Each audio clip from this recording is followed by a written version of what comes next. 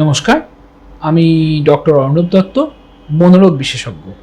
আজ আমি এমন একটা রোগের কথা বলবো যেটা খালি সিঙ্গেল কোনো রোগ নয়। এই রোগটা বিভিন্ন রোগের সঙ্গে যুক্ত থাকে এবং খুব ডেঞ্জারাস এবং ভয়ের ব্যাপার। এই রোগটি আর কিছুই নয়, হয়তো অনেকেই আপনারা এই রোগটি সম্বন্ধে জানেন বা একটু হলেও তারা এইটা নিয়ে ফলাফল ভোগ করেছেন। সেটি হচ্ছে প্যারানয়েড। প্যারানয়েড মানে হচ্ছে সন্দেহ প্রবণতা। এবার আপনারা ভাবতে পারেন যে সন্দেহপ্রবণ তো সব মানুষই, টুকটাক সন্দেহ সবাই করে। হ্যাঁ, এটা একদমই সত্যি। কিন্তু আমি যে রোগের কথা বলছি বা যে সন্দেহ প্রবণতার কথা বলছি, এটা অসম্ভব বেশি, এক্সট্রিম লেভেলের। তখনই আমরা এটাকে প্যারানয়েড ডিলুশন বা প্যারানয়েড ডিজিজ, আপনি যাই বলবেন না কেন, সেটা বলা যাবে। আচ্ছা, প্রথমেই বলে নিই, এই রোগের যেমন তিনটে ভাগ আছে, যেটা প্রত্যেক ভাগের মধ্যেই থাকে, অনেক রোগের মধ্যেই থাকে। সেরকমভাবে এখানে ইটিওলজি অর্থাৎ কারণতত্ত্ব, সেটা নিয়ে আলোচনা করব। তার সঙ্গে সাইন অ্যান্ড সিমটম অর্থাৎ কী দেখে আপনি বুঝবেন সেটা নিয়ে আলোচনা করব। এবং লাস্টে এখান থেকে কী করে বেরোতে হবে সেই ব্যাপার নিয়েও আলোচনা করব। ভিডিওটা হয়তো একটু বড় হতে পারে, একটু সময় সাপেক্ষ, কিন্তু এটা আপনাদের একটু মন দিয়ে শুনতে হবে, কারণ এই রোগটা খুব মারাত্মক রোগ এবং এই রোগটা খালি যার হয়েছে তার খালি ক্ষতি করে তাই নয়, আশেপাশের সমস্ত মানুষকে ভীষণ রকম ক্ষতি করে। সেটা হচ্ছে এই প্যারানয়েড রোগ। প্রথম বলি, এই প্যারানয়েড ডিলুশন বা প্যারানয়েড ডিজিজটা তিনটে ভাগে বিভক্ত। একটা হচ্ছে গ্র্যান্ডিওসিটি অর্থাৎ নিজেকে বড় মনে করা, আর একটা হচ্ছে পারসিকিউটরি ডিলুশন অর্থাৎ আপনার বিরুদ্ধে কেউ ষড়যন্ত্র করছে, আপনার খাবারে কেউ বিষ মিশিয়ে দিচ্ছে, এই জাতীয় সন্দেহ। আর একটি হচ্ছে সেক্সুয়াল ডিলুশন বা সেক্সুয়াল প্যারানয়েড ডিলুশন অর্থাৎ আপনার যৌনসঙ্গী বা স্বামী বা স্ত্রী অন্য কোনো পুরুষের সঙ্গে বা নারীর সঙ্গে যুক্ত, যে এবং আপনাকে লুকিয়ে কাজটা হচ্ছে, কিন্তু বাস্তবে আসলে তা নয়। এবার আমি একটা একটা করে আসছি। সেটা হচ্ছে প্রথম গ্র্যান্ডিওসিটি। দেখুন, গ্র্যান্ডিওসিটির মানে হচ্ছে নিজেকে বড় মনে করা। এই জাতীয় রোগে যারা ভুক্তভোগী বা এই জাতীয় রোগে ভুগছে, তারা কিন্তু মনে করে তারা সব জানতা, তারা সব জানে, তারা তাদের সবাই ভুল বোঝাবার চেষ্টা করছে এবং সে যা বলবে সেটাই ঠিক। অর্থাৎ তারা খুব ডমিনেটিং ইন নেচার হয়, অর্থাৎ সবাইকে খুব বেশি ডমিনেট করতে চায়। সেকেন্ডলি হচ্ছে আপনার পারসিকিউটরি ডিলুশন অর্থাৎ এরা মনে করে এদের এত সম্পত্তি আছে বা এত সম্পদ আছে, এত অর্থ আছে, বা ওরা এতটাই সুন্দর যে সবাই ওদের বিরুদ্ধে ষড়যন্ত্র করছে বা ওর বিরুদ্ধে ষড়যন্ত্র করছে, কারণ কেউ চায় না সে ভালো থাকুক। সে পাশের বাড়ির লোক হতে পারে, নিজের বাড়ির লোক হতে পারে, এবং শুধু তাই নয়, তার খাবারে বিষ মেশানো হচ্ছে, তার আত্মীয় স্বজনকে ভুল বোঝানো হচ্ছে, যদিও সবটাই মিথ্যে, কিন্তু এটা তারা মনে করে, কারণ তাদের মধ্যে ওই গ্র্যান্ডিওসিটিটাও থাকে। আর একটা হচ্ছে কি সেক্সুয়াল ডিলুশন বা সেক্সুয়াল প্যারানয়েড ডিলুশন অর্থাৎ আপনার যৌনসঙ্গী বা স্বামী স্ত্রী বা প্রেমিক প্রেমিকা যাই হোক না কেন অন্য কারোর সঙ্গে যুক্ত, যদিও এটার কোনো বাস্তব ভিত্তি নেই। প্রথমেই বলে দিই, এই রোগটার বাস্তব কিন্তু কোনো ভিত্তি নেই। ফলে আপনারা যদি মনে করেন যে এর কোনো বাস্তব ভিত্তি আছে, এটা কিন্তু প্রথমেই ভুল। হয়তো দু একটা ব্যাপার ছোটোখাটো মিলে যেতে পারে, তার মানে এই নয় যে এই রোগটা তার নেই বা এই রোগের কোনো অস্তিত্ব নেই। দু একটা ছোটো ছোটো জিনিস মিললেও বড় ব্যাপারটা কিন্তু একদমই মিলবে না। এরা বেসিক্যালি কী করে, যেটা সাইন অ্যান্ড সিমটম নিয়ে আমি কথা বলতে চাই, এরা বেসিক্যালি সবাইকে সন্দেহ করে, এবং সবচেয়ে আশ্চর্যের বিষয় হচ্ছে সন্দেহ করে কিন্তু তার সবচেয়ে কাছের মানুষকে, যে তাকে সবচেয়ে ভালোবাসে বা যে তাকে সবচেয়ে পছন্দ করে। সেকেন্ডলি কি হচ্ছে, এদের একটা অদ্ভুত ধারণা হয়, সেটা আগে যেরকম বলা হতো, যখন রেডিওর যুগ ছিল তখন এরা বলতো আমার কথাগুলো রেডিওতে রিলে হচ্ছে, আমার কথাটাই রেডিওতে বলছে। পরে যখন টিভির যুগ এলো তখন এরা বললো আমার কথাগুলো লোকে এই টিভিতে যে আলোচনা করছেন আমাকে নিয়ে আলোচনা করছে, এবং আমার যে মনের থটগুলো, আমার যে মনের চিন্তাগুলো দেখো টিভির লোকগুলো জেনে গেছে, সেগুলো নিয়ে তারা আলোচনা করছে। শুধু তাই নয়, যখন দুটো কোনো পাড়া প্রতিবেশী যখন নিজেদের মধ্যে কথা বলবে, তখনও এরা বলবে যে হ্যাঁ এরা আমাকে নিয়েই আলোচনা করছে। আর এখন তো মোবাইলের যুগ, ফলে এরা অনায়াসে মনে করে এদের মোবাইল হ্যাক হয়েছে, এদের ল্যাপটপ হ্যাক হয়েছে, এরা এখান থেকে ক্যামেরা দিয়ে ও বাড়ির মধ্যে কী করছে সব জানতে পেরে যাচ্ছে, এবং এর সবাই শত্রু, সবাই ক্ষতি করার চেষ্টা করছে।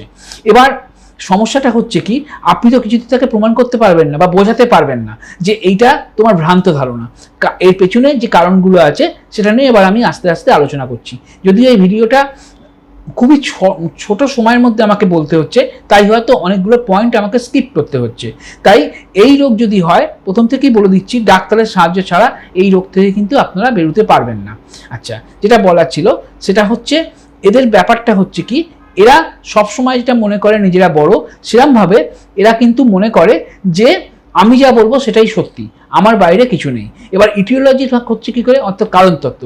কারণতত্ত্ব বলছে আমাদের যে সবচেয়ে বড় রোগ, মানসিক রোগ সিজোফ্রেনিয়া, সেখানে এই রোগটা থাকতে পারে।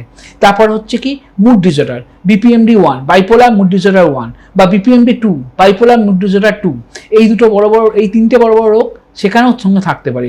ছোটোখাটো রোগের মধ্যে হিস্টেরিয়া, OCD অর্থাৎ অবসেসিভ কম্পালসিভ ডিসঅর্ডার, মানে এই রোগটা, হিস্টেরিয়া, অ্যাংজাইটি, মানে এমন কোনো রোগ নেই সেখানে হয়তো এটা থাকতে নাও, মানে থাকবেই। তবে হ্যাঁ, সব রোগের ক্ষেত্রে থাকে না। তবে প্যারানয়েড ডিলিউশন বলুন বা আপনার সিজোফ্রেনিয়া বলুন বা মুড ডিসঅর্ডার বলুন, এর সঙ্গে এটা থাকবেই। আর একটা কারণে হয় নেশা করলে কিন্তু এই রোগটা ভীষণ রকম মাথাচাড়া দিয়েছে। এর কোনো বয়সের ব্যাপার নেই, যে বয়সে মানুষ বেশি নেশা করবে, সেটা সিগারেট হোক, গাঁজা হোক, মদ হোক, এমনকি ড্রাগস হোক, এমনকি নন সাবস্টেন্স অর্থাৎ মোবাইল, লটারি, এই জাতীয় যারা গেম খেলে তাদের মধ্যেও কিন্তু এটা ডেভেলপ করে। তাই নেশাও একটা বড় ব্যাপার। আর একটা হয় কি অ্যালজাইমারের প্রথমেই লক্ষণ। হ্যাঁ, অ্যালজাইমার একটু বয়সকালে হয়, তবে অনেকের ক্ষেত্রে সামনে আগেই চলে আসে। তার অনেকগুলো কারণ থাকে, ওষুধের কারণ, মাথার পেছনে আঘাত, যাই হোক। কিন্তু অ্যালজাইমার সাধারণত বয়সকালে রোগ, 65-এর উপর সাধারণত হয়।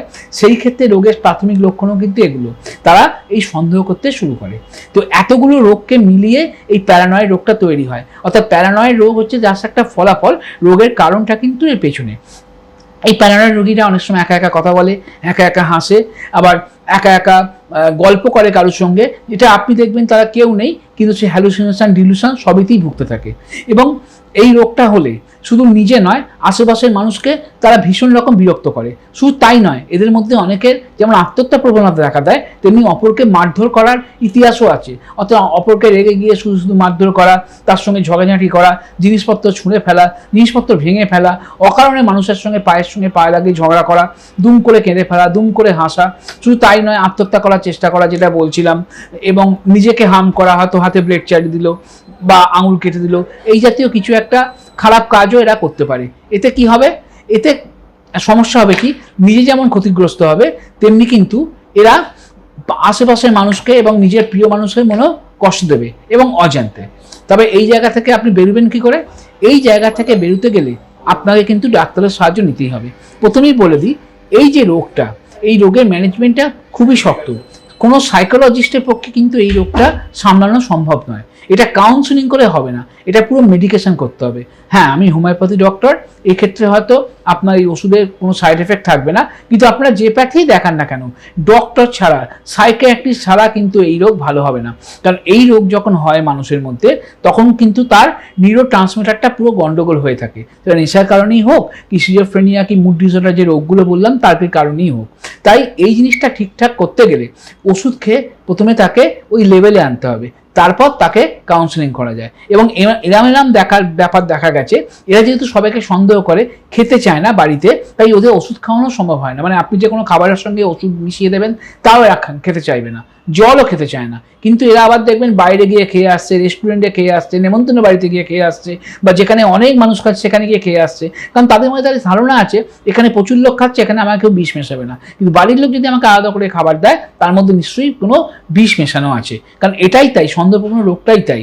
শুধু তাই নয়, এরা অনেক সময় দরজা জানালা পুরো বন্ধ করে রাখে, দরজা খুলতে চায় না, বাড়ি থেকে বেরোতে চায় না। কারণ তাদের সবসময় একটা চিন্তা হচ্ছে সবাই আমাকে দেখে নিচ্ছে, আমাকে ফলো করছে। এরা অনেক সময় মোবাইলটাও বেশি কম ঘাঁটে, কারণ তারা মনে করে আমি যদি মোবাইল ঘাঁটি তাহলে আমার সমস্ত তথ্য সবাইকার কাছে ওপেন হয়ে যাচ্ছে। এই ব্যাপারগুলো চলতে থাকে। তাই এই রোগ যদি আপনারা দেখা শুরু করেন, তাহলে বিন্দুমাত্র দেরি না করে অবশ্যই কোনো ডক্টরের সঙ্গে যোগাযোগ করবেন। না হলে আপনারা তো রোগীর তো ক্ষতি হবেই, আপনাদেরও কিন্তু চরম ক্ষতি হবে। নমস্কার।